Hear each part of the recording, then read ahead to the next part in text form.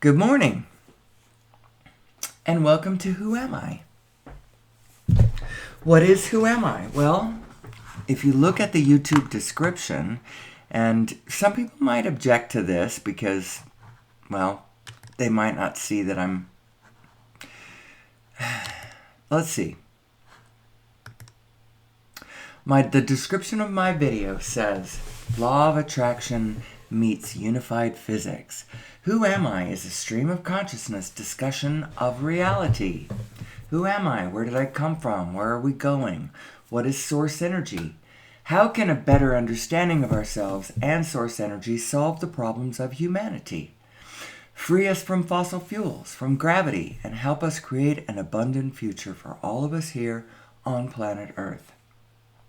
It's a discussion combining unified physics, law of attraction, and human psychology, all from a layman's perspective. Now, I know that sounds a bit grand, and we don't always hit that description.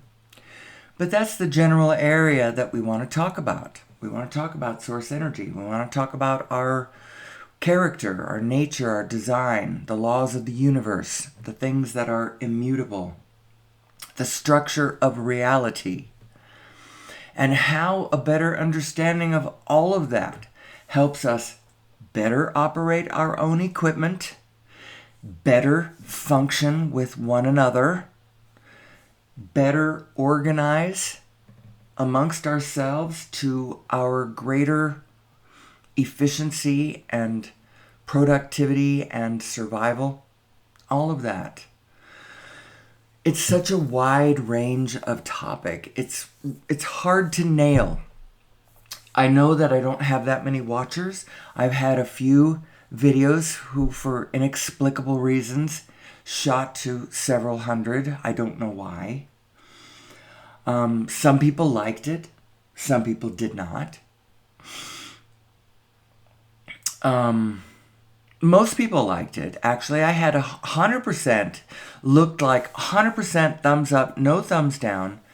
Then all of a sudden, a couple of my videos hit, like, it was surprising to me. It's like, oh my gosh, one of them's going viral, what's happening? And then, I started getting a few thumbs down. A few people who weren't getting what I was saying. And I'm not sure why they don't like it. Maybe they were just saying, this is not for me. And that's totally fair. It's totally fair. There's never a crowd at the leading edge anyway. I don't know why I expected the whole world to be there. All of the great thinkers of human in time have... they've started out with not many people getting what they're saying. So if there's not a crowd over here at Who Am I shouldn't feel bad about it.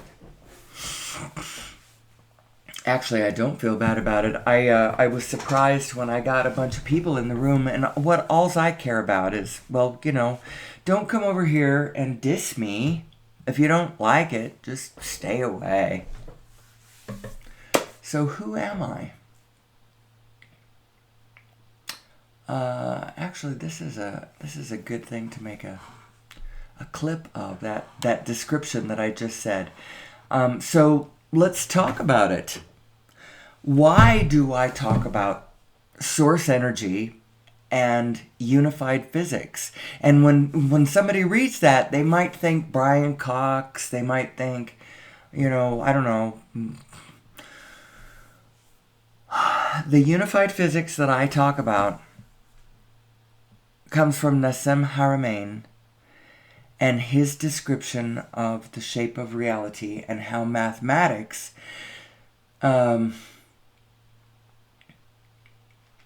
relates... I'm trying to say this in a way that I've never said it before, so it's coming out funny. It's describing the scalar relationship between the quantum world and the cosmological world, and how they relate to one another, and how the whole thing is, space is not empty. Space is full. And it's all spinning. We're spinning. We're all spinning. The whole thing is spinning, and then there's a lot of individual spins going on all the way down to it goes. Those spins break up. It goes the big one that we all share, and then it goes down, down, down, down, down until you're talking about your own individual spin. Now, Nassim doesn't. I'm timeout. I'm doing a timeout gesture. I'm describing a lot of people's work in paraphrased words. And so I don't want anybody to, I don't want me to turn off anybody on, you know what? I don't really like this show. And I am less than 2 minutes in. It is fair game. I can stop it. I am going to stop it. Am I 2 minutes in? Actually, I don't know where I am. I'm probably 5 minutes in and it's too late. I'm 6 minutes in and it's too late. I just don't want anybody to be turned off of the ideas of other people that I quote, if I misquote them or if I paraphrase their work. But I do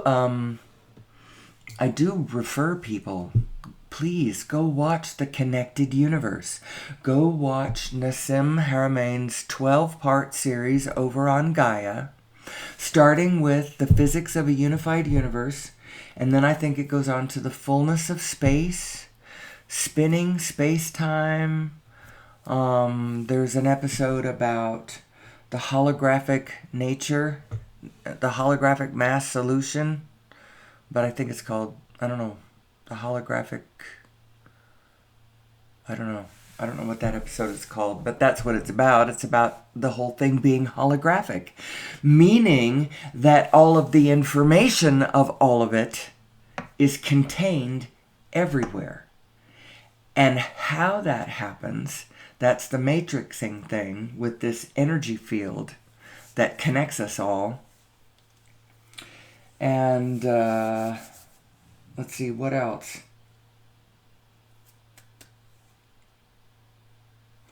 The fact that we're holographic really matters, I think.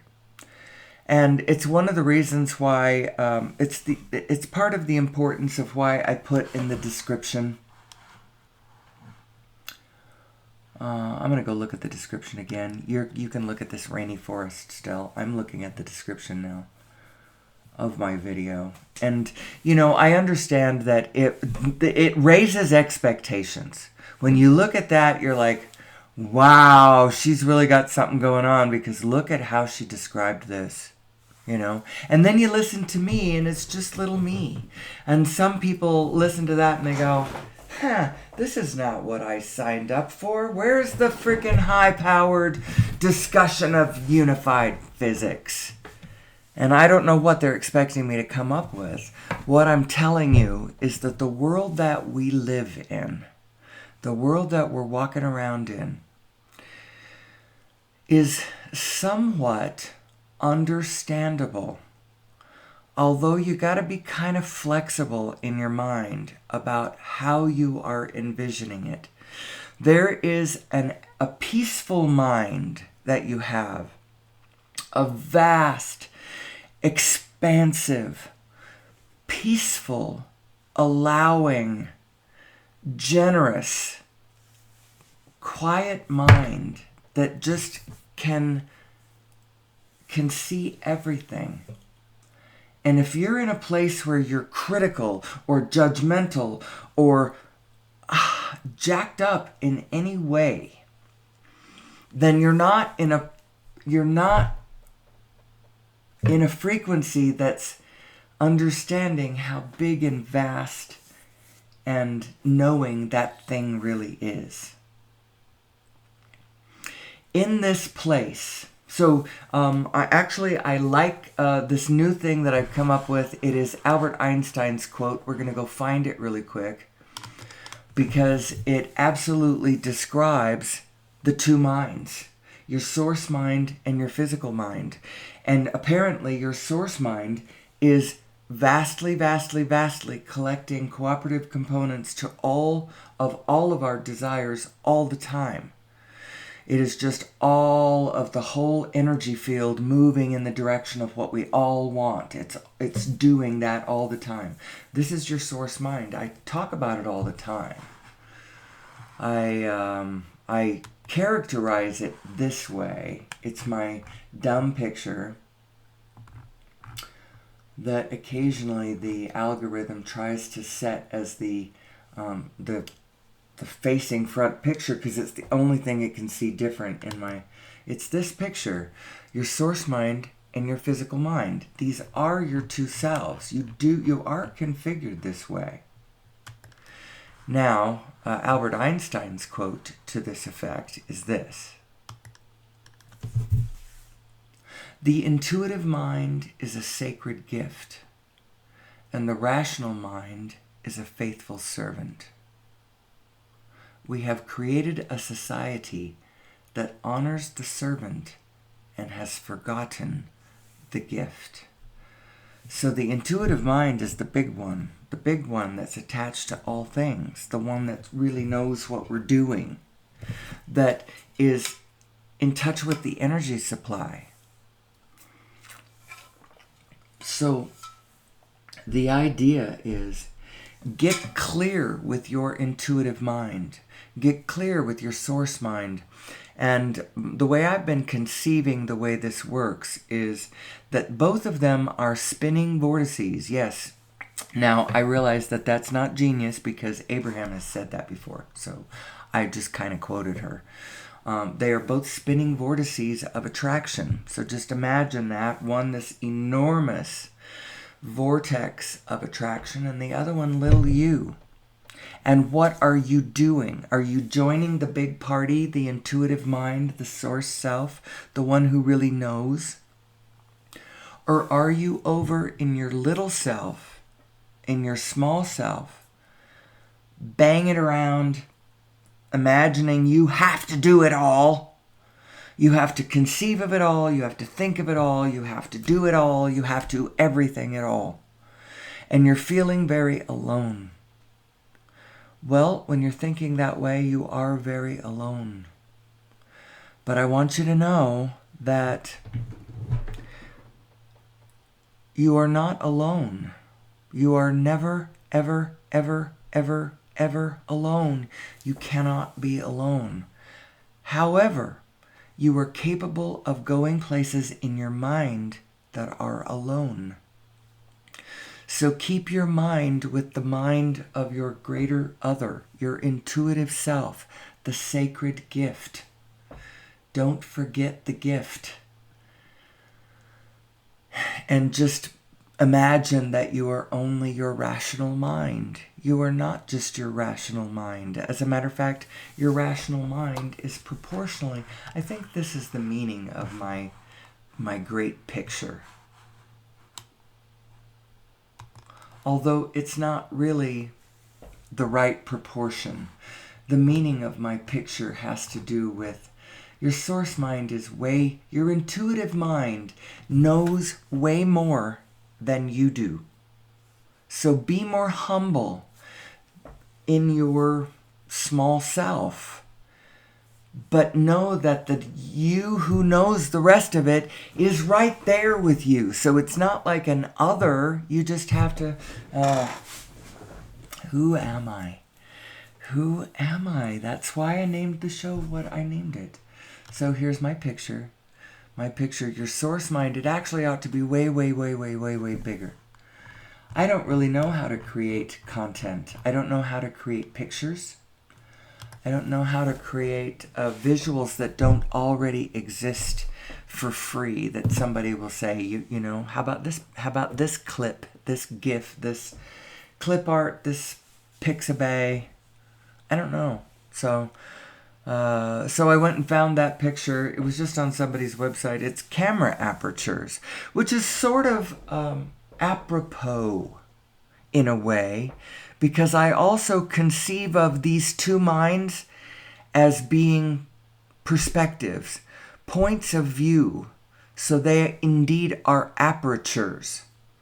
One is your mind. Well, I'm not sure exactly where they are both located. One you can almost see at the third eye of your, it's almost your mind's eye. It could be thought of as your mind's eye. Yeah, okay, let's call it that one. Your mind's eye, your physical mind's eye. The other one is, I think, located around your solar plexus. It's hard for me to tell exactly how these two work. One of them is your physical brain mind. But there's another mind. You have another mind. And this other mind is connected to other people's minds. And it's connected to all the great mind. I don't know how to describe it.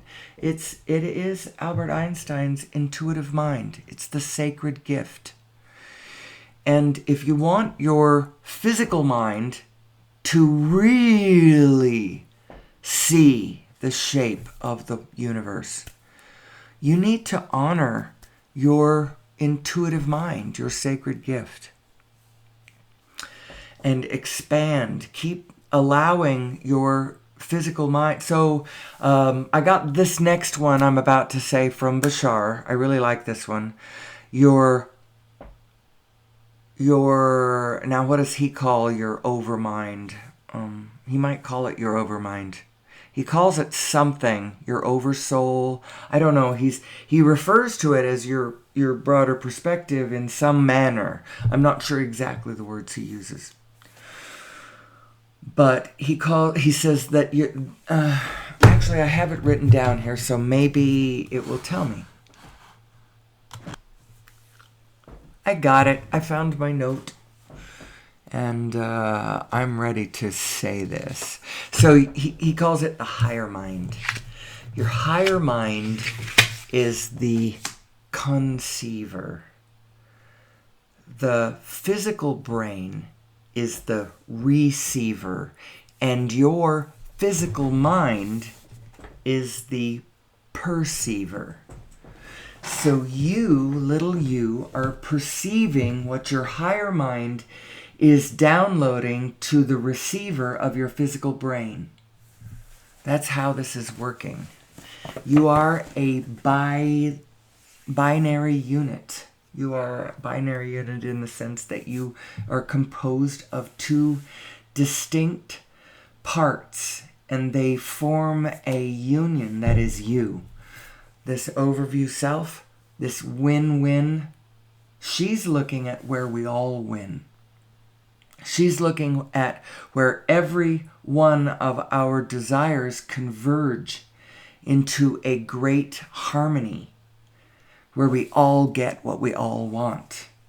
And actually, I have come to believe, singularly myself, that our blessed future, however long it'll be before we get there, 20 years, 10 years, 100 years, however long it takes the preponderance of us to get it, that we are part of a greater system, that we are not just ourselves, that we have broader perspective, overview, and desires that are converging and weaving with the desires of the field around us, and that all of us would be better served and would better get all of what all of us want. We're working that way because everybody has an inner being. If you believe Abraham, and I do, the karma or whatever that we imagine on the surface is we're not dragging it through time with us from within. It's on the surface. We're picking it up when we get here. When we are born into this, when we re-emerge into physical after having been in non-physical, so we are source energy before we come into these physical bodies, and the larger part of us still is this non-physical energy that is that we're all a part of.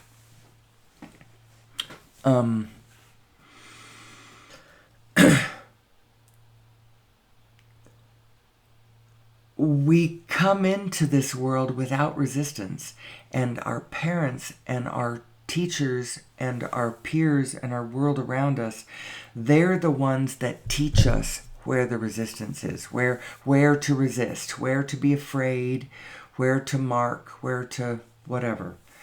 And to whatever extent they may or may not be correct about how they are, but you aren't dragging it with you. You learn it when you come back. I don't know why I brought this up. I was driving to a bigger point. I'm always trying to drive to a bigger point. And I'm trying to learn how to explain this, how to see it from all of these teachers. When someone tries to teach you something, what I do with what they are trying to teach is I look at their teaching and I'm like, okay, what are you trying to say? What are you trying to say? Do I see what you're saying? And then when I see it, it's like, oh, okay, I get it. I get what you're trying to say. And you have to find the place where they're trying to say something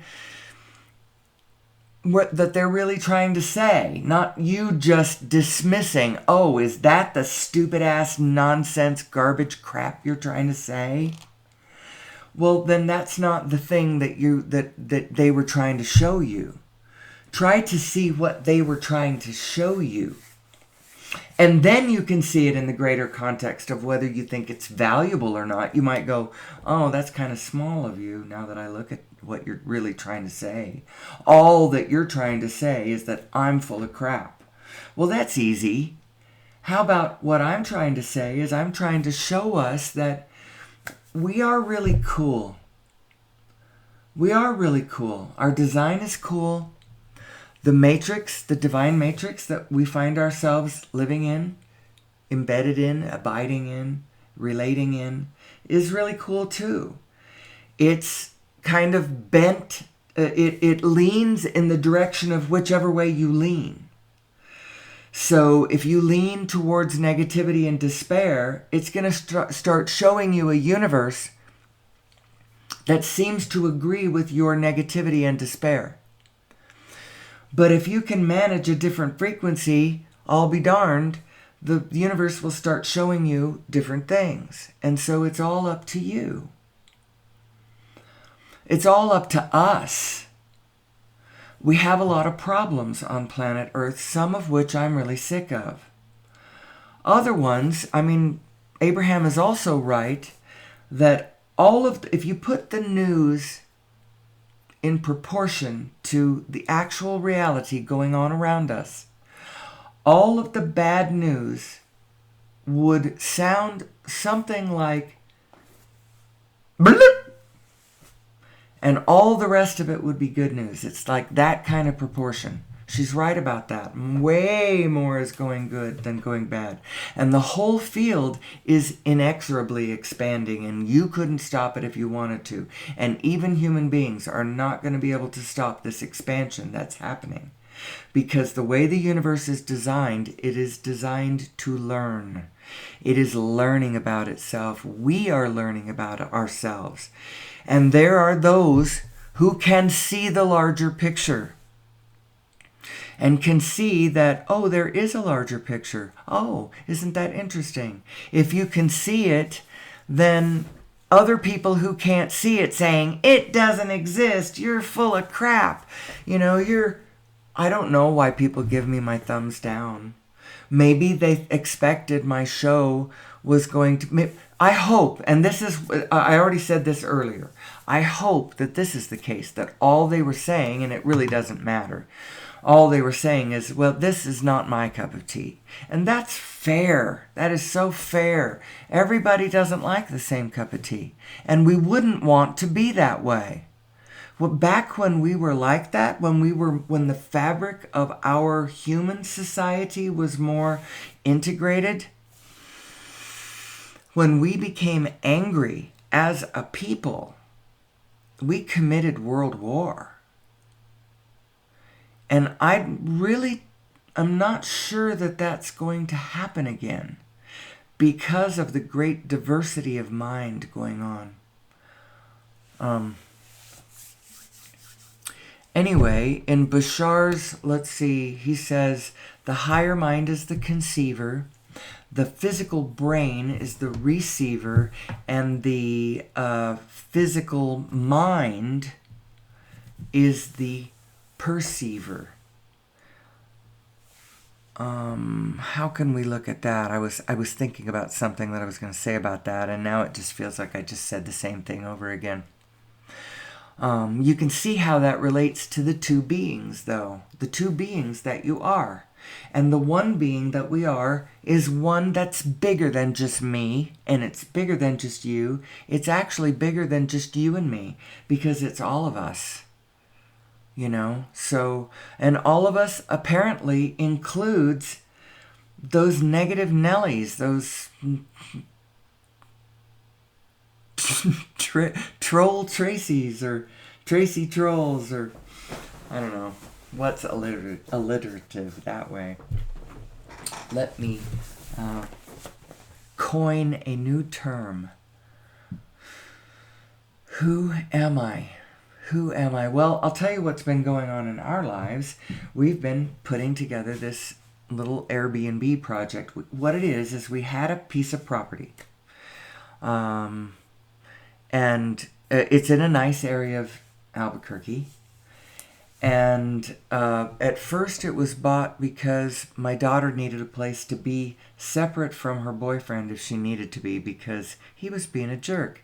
And even though the two of them technically on paper owned this house that they were living in, she needed to be separately apart from him, and so we helped her buy another house. Well, they got back together, and he put lots of work into it, and they upgraded it, and it's way nicer than when they bought it. We're ironing out all the bugs, and she's finished off the garage, which they now call the casita. The problem is it's still only got one bathroom, but at the time, they fixed it up and Airbnb'd it for a while, and it made a fair amount of money. And then her sister needed a place to live, and so they let her move in there. All of this is so that they all don't come back and live with me, because I don't want that. I should live in a smaller place. I live in a great big place because I like living in a great big piece of property. What I ought to do is live in a tiny house on a large piece of land, so that nobody can come back and live with me. But I still get the space around me that I like. I almost have that, but the house is too big. Anyway, so the sister moved out into a different house, and so now we were trying to sell the house. But the realtor that she had engaged, who had worked with her through like 3 other house sales in and out of different projects that had been going on, and but they weren't all that really on it. He had consigned it to a sub-team, and they weren't, they immediately started out with, let's slash the price and, paint this and change that. And she jumped at every step that they said, do this. She said, okay. But it was going into fall, and the house hadn't sold, and they seemed to be lackluster. The realtors that came out to do the showings didn't know squat. Anyway, and so we conceived of this grand idea to quickly turn it back into an Airbnb and have it support itself. For sure, do through Balloon Fiesta and the holidays, and then if it made enough money and whatever in the quieter months of January or February, do a remodel on it, add a bathroom, because there's a perfect place to add a bathroom, and sell it in the spring for exactly the price we wanted to last fall, that they wanted to slash to, because, and in the meantime, it's paying its mortgage, so it doesn't cost us, a couple of $1,000s every month for the mortgage and the utilities or whatever. So that's our brilliant project. And so at first it seems, I don't know, but I think it's a blessing, because we're retired. My husband didn't really have anything to do anyway. And it's helping his back. working all day on that project and working through the evening on that project. I'm suspecting it's making him feel alive. He had a good night's sleep. Yeah, he woke up early this morning, and yeah, he finally had a shooting pain in his leg again, and I caught him massaging it with a massage gun early this morning, but he was going to go back and go to sleep, and he was eagerly telling me how, yeah, he made a lot of progress on the chair that he was trying to fix last night, that brand new chair that we got from Amazon that he sat in it once and it broke. And instead of spending the evening complaining about how shitty that is and how much we paid for it and how hard it would be to return it and how we don't have time to get a new one to replace it, he was talking about, how how the progress that he had made last night working on fixing that problem. Actually, by the time he fixes it, he's going to make it a lot stronger than it was to begin with, which is good because it needs to be stronger if it's going to withstand people sitting in it downstairs in the basement area. So anyway, I'm just saying, I think that this project is a good thing. We're sorting stuff out. We're getting clear about what we want. And as we get clear and as we focus on these things, we're moving in the direction of what we want. I think it's going to work. I think it's going to be a lovely little casita, which doesn't have enough bathrooms. And people are going to ding it in the reviews because of that.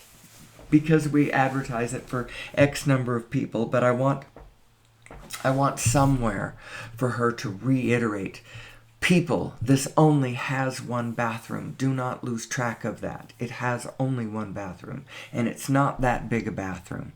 It's a full one. It's got a tub and shower, but it's not that big a bathroom. So don't, it doesn't have double sinks. Doesn't have, you can't use the toilet while somebody else showers. It's a little bathroom. But anyway, it's funny. You think of things, you categorize things. This is not contrast. What is contrast? You want contrast. Contrast is actually just textures and layers of more or less wanted. But it's the clay that you get to mold into whatever you want the world to be. And especially from a human perspective, that world has opened up quite a bit. We've got a fairly firm toehold on the planet. I don't really think that we're going to completely obliterate life on planet Earth.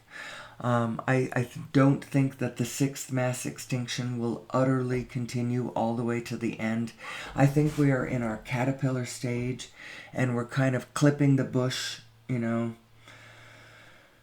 to the nub a bit before we turn into our butterflies and recognize who we really are and what we are really about.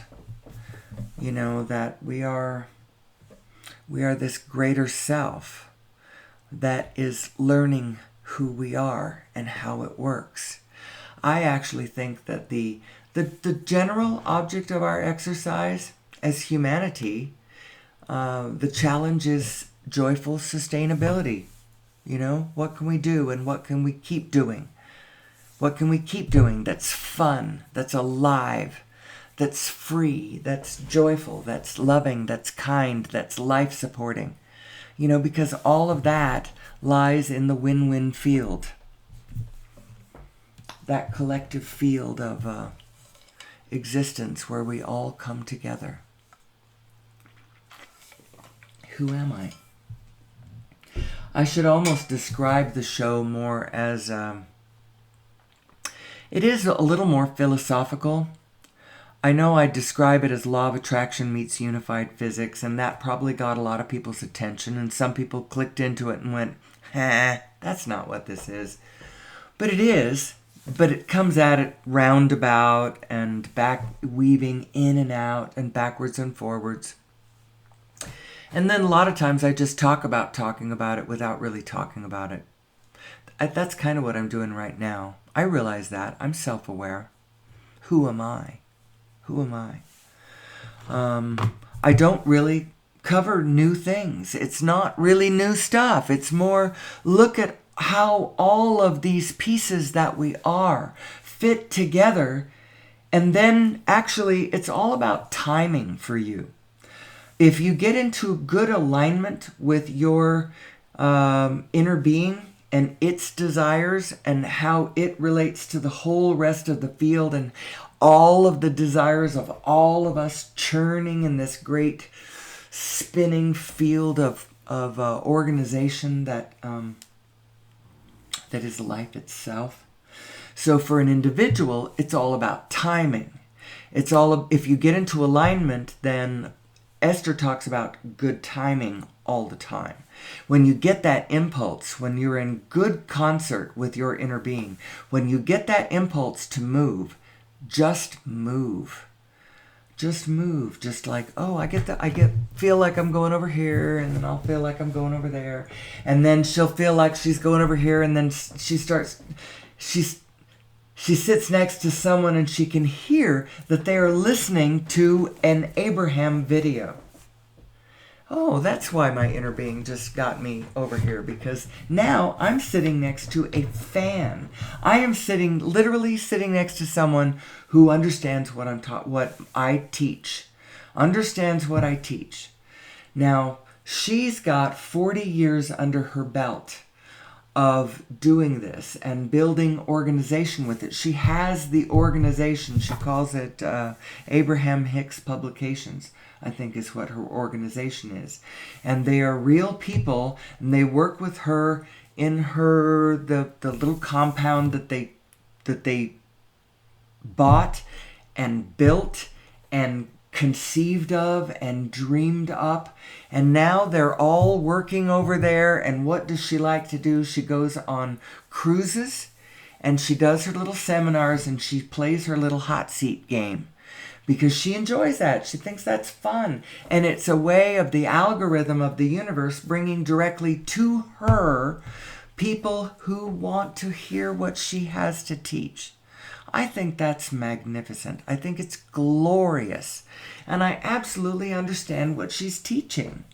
Now, I don't know what I want to do with my connection to my Abraham. I'm not sure what I want to do with that right now. What I want to do is I want to pull my loving, wayward family together in a loving, kind center of organization as we focus on this group project and make it happen on the one hand. So with the one daughter, I'm very intensely making it happen. And with the other daughter, we are role modeling vibrational stability and how that emotional stability, the spirit itself, is the center of the organization. And then the physical mind has to conceive of a project that it wants to do. Now, it should do it in concert with your higher self, who knows what we all want to do, or what we all want out of the project.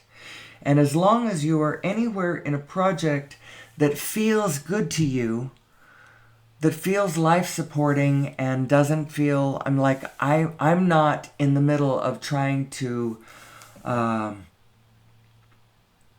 pull together a chicken farm or something with murderous, inhumane practices involved with it.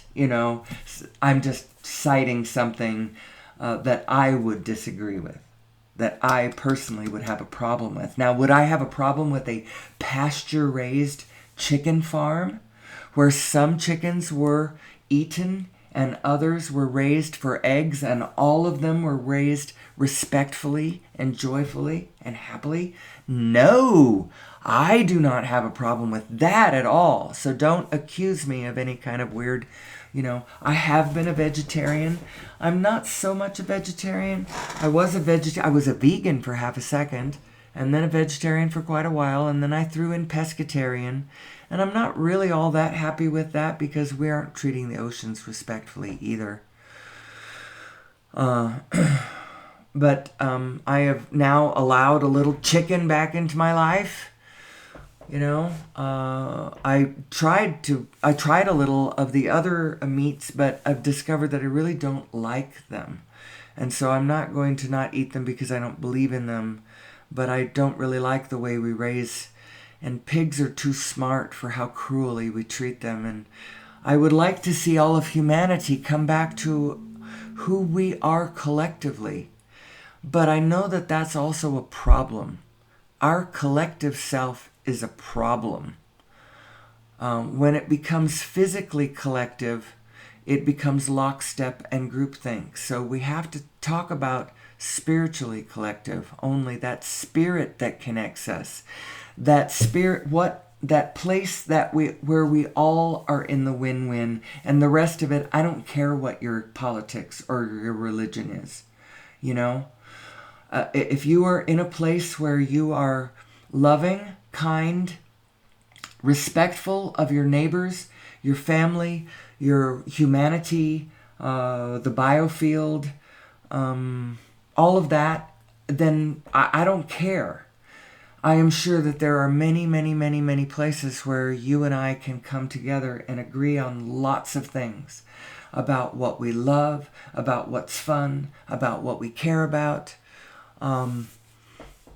The negative is where we aren't going to share it. Your negative and my negative is likely not going to be the same thing. The positive we can share. And all of that that's positive, man, I'm with you. And the rest of it, I don't care. Take your negative and go share it with somebody else, because I'm not going to share your negative with you. But I will share your positive, and I don't care what it is. You love your mother. You love your children. You love your country. You love the flag, you know, America, or corn on the cob and apple pie and, you know, whatever. I'm with you. I'm with you. I'm with you. I'm right there, as a matter of fact. Your negative, not so much.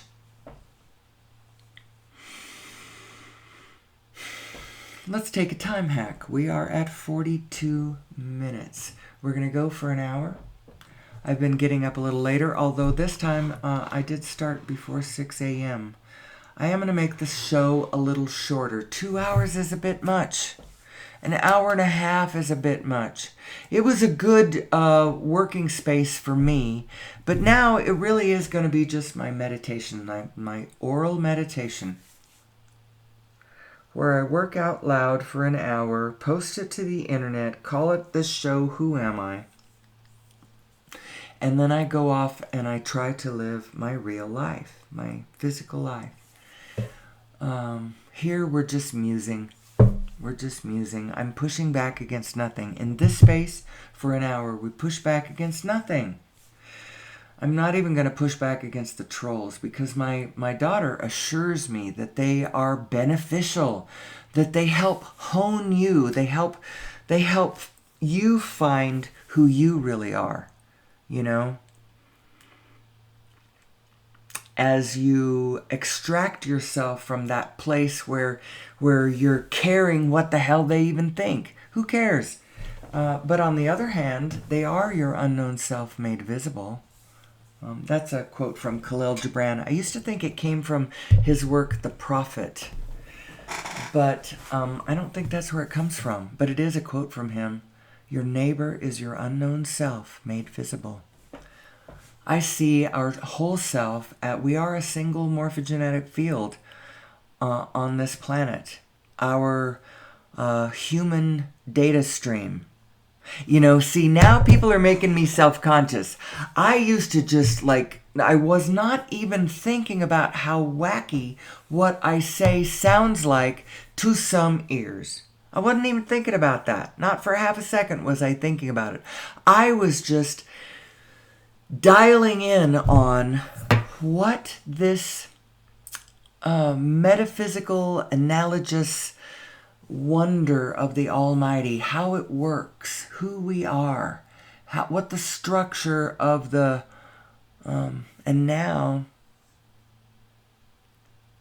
who am I? I am this binary self.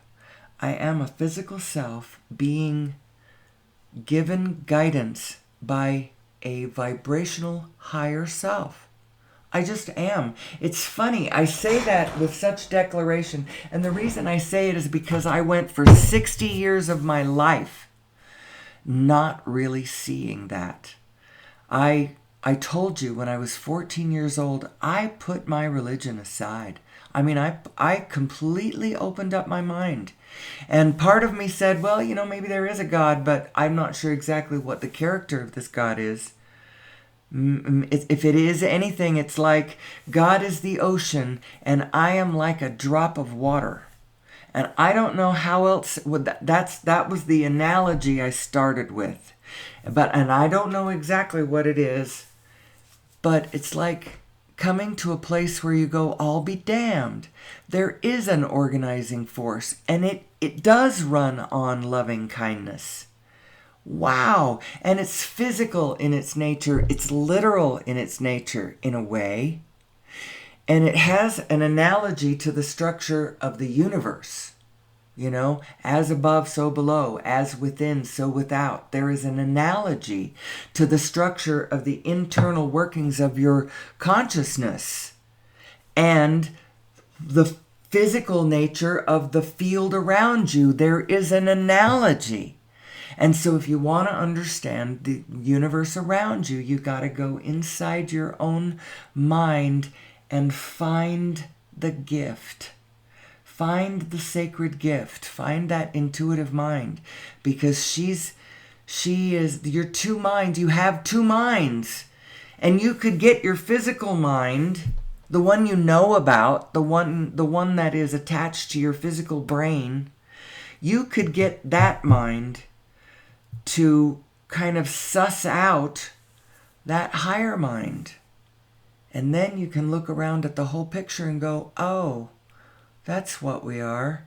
And if you can find a way to identify all the way out to the I am all of it, then you can tap into the data stream of all of it. But that place when you do it is it's very quiet out there. It's really, really allowing. It's really, you have to really allow for some,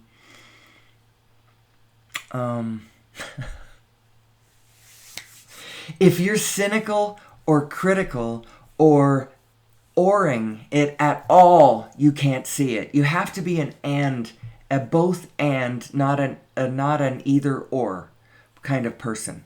Are you the kind of person who questions everything at the gate of your mind with a very cynical kind of am I going to allow this in? Is this a true statement or is this not a true statement? If this is true, I will let it in. If it is not true, I will subtract it out.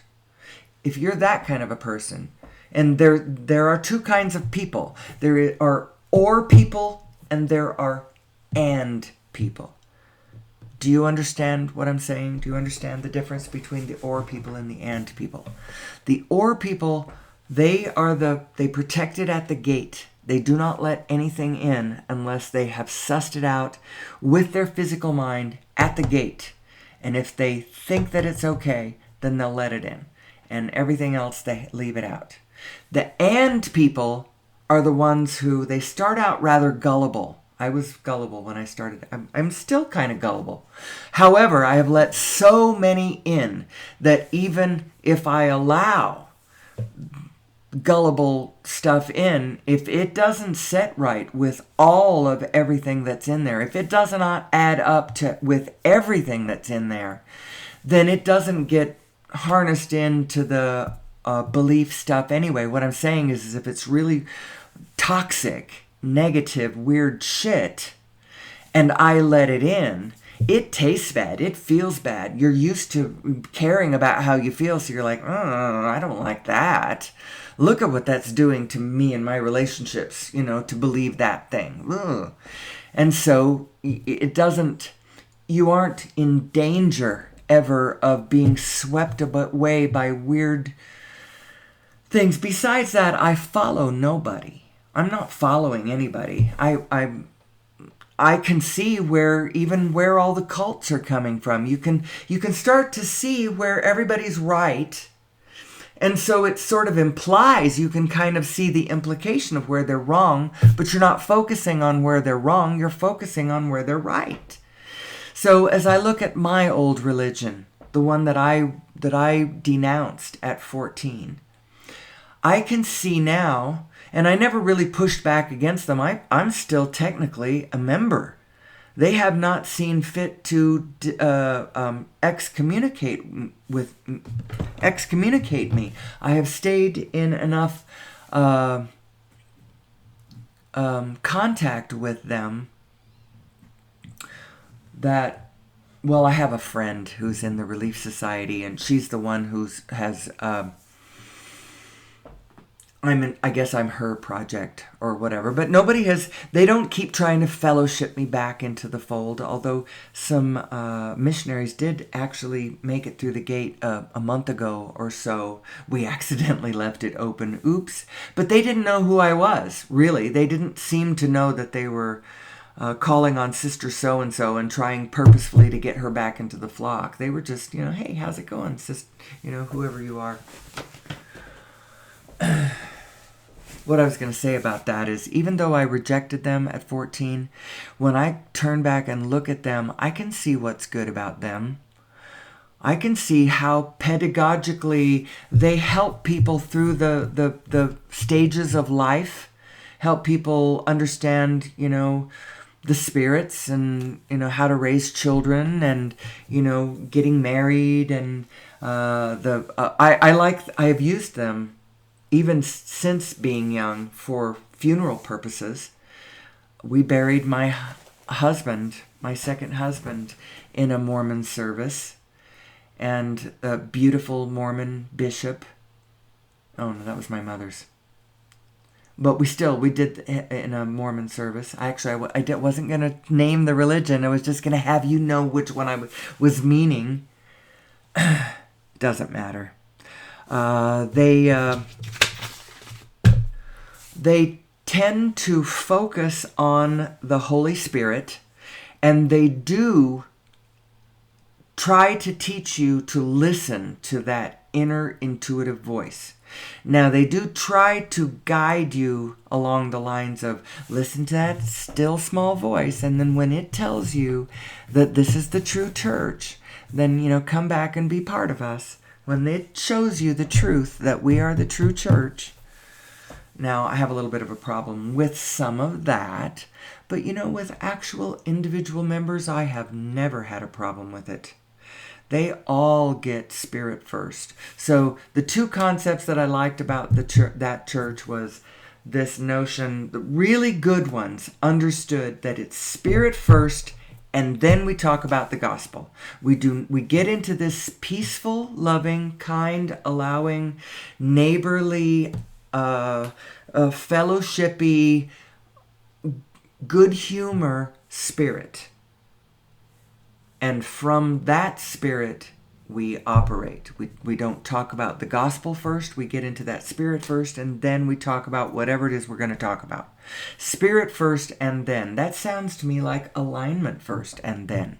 And so, as far as they ever emphasized that, great. No wonder they're successful. And then the other one that I liked was they do have an emphasis on listening to the inner voice. They don't even baptize you until you're 8 years old and old enough to be able to cast so you've passed the 7-year period of your initial alpha theta development frequencies, and you're now in more maturity. I think it's beta. You go into beta when you get older. I'm not sure. Anyway, you're past the 7-year vulnerable period. You're 8 years old now. Isn't that interesting? That's when they baptize you. And then they give you this gift of the Holy Spirit, and now you should listen to its wisdom, its guidance. It will help you in your life to lead you down the path that blah, blah, da, da, da, da, da. And in your business activities, follow this spirit as it leads you, as it guides you. Insofar as that church emphasizes those 2 points, they are correct. See how I did that? Instead of focusing on the weird shit that because I could point to some weird shit, and they're operating from a 19th century cosmology that is not necessarily updated with all it. We all need to be updated, and maybe rethink what might have happened in that sacred grove, 200 years ago, or was it 100 years ago? No, 200 years ago, 150 years ago, coming up on 200 years ago. I think it was around 1930. I'm not sure exactly when Joseph Smith had his little vision, but I don't know. Let's rethink that. They were probably aliens that he saw, and they were probably speaking to him in his language. Although, I don't know. I don't want to insult the Mormons but they do believe in, what is their planet? Kolob?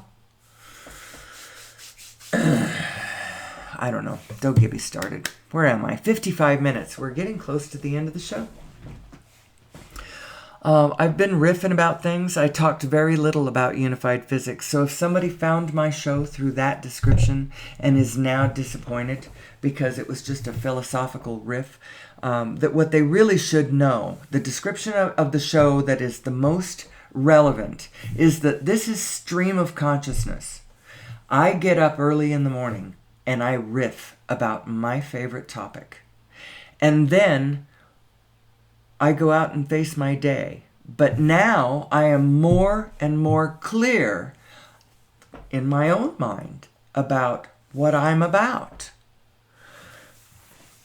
How my projects fit into my configuration and what I care about and what the people around me care about and what they're trying to do, and how we're all trying to mesh in an organizational structure that accomplishes something mutual that both of us care about. Isn't that what life is all about? That is what life is all about. And you finding what you do best, what you like to do, what you find fun to do, what you are interested in doing, what you are, and it's not, do it from a standpoint of reality. What needs to be done, too? What does need to be done? That's also a good question. I'm not just going to pop off with an answer to that, any more than I'm going to pop off with an answer to the question, who am I? The answer to that is intricate. You are a powerful creator. You are a being of light. You are a star encased in a shell. That was one I got yesterday. Boy, I loved that one. And that star, the idea is you want to find a way to fall into the gravitational field of that star that you are. You got to chip away at all the ego parts. You got to Actually, I'll do a better job some other day describing that one, because I haven't really gotten that fully myself. But I know that the inner being that you are, the source self that you are, is that star. That intuitive self is the sacred gift. That's who we really are. But your physical mind actually can understand these things. Your physical mind just needs to get into alignment with the bigger picture. Your physical mind needs not to be the one leading the way. It's the one seeking to understand the allness, seeking to understand the total mind. Do that with humility, but also with some faith that it can be understood. You can understand this matrix that we are. This consciousness that you are within this swirling fullness of space-time, this holographic field that we are relating to and with and about. Just take my word for it. All of this can get us off fossil fuels, but I'm not pushing against fossil fuels, so I don't need anybody passionately defending fossil fuels. Let's just add to the energy that we've got right now by adding over unity devices. How about that? Know that they are possible. Let's invent some. Let's go get the patent office to cough up the ones that's already confiscated in our national interest. Let's prove to the nation that we can be trusted with free, clean energy everywhere. Actually, I'm not sure we can yet. So let's just raise consciousness. Who am I? How about that? With that, I'm going to leave you until tomorrow. I'll let you know how the project is coming along. Supposedly, some pictures were going to be taken by the end of day of the new Airbnb, and we are on track to be up for rent through Balloon Fiesta. So excited about that. I will let y'all know whether my little attempt to organize real life and my real children, how that all works. Let's get us all into that place of successful, productive, stable,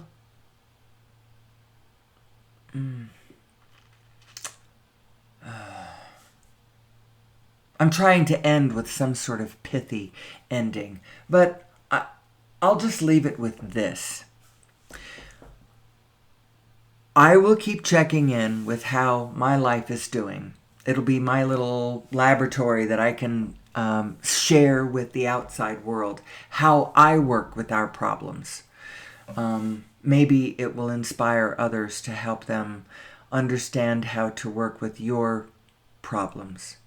And I'm sure you're doing exceedingly well, whoever you are, because we really all are. We're going to be just fine. The world is doing just fine. So why am I even doing this show? Because I think we can do better. I can see better and better and better and better and better. And I want to just keep moving that direction because I think that would be grand and glorious. And I think all of us would agree with that. More joyful, peaceful, abundant interactions with one another across the planet are in order. And I think that we need to add to our energy source to make that happen. All of that. We'll get into it more tomorrow. So until then, do your best. Be kind to each other. Love each other. Especially love yourself. It is the greatest love of all. And until tomorrow, may the source be with you.